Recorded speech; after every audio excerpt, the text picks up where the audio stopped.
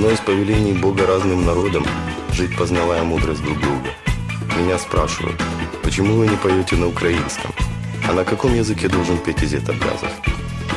Если я кому-то помогаю воспринять, любить, уважать искусство и мудрость крымских татар, я счастлив.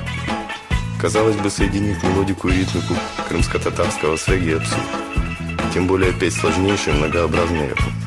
Только интуиция мне говорила, и одно и другое живут в тебе, однажды выплеснутся одновременно и не мешая друг другу, а резонируя. У них так много общего.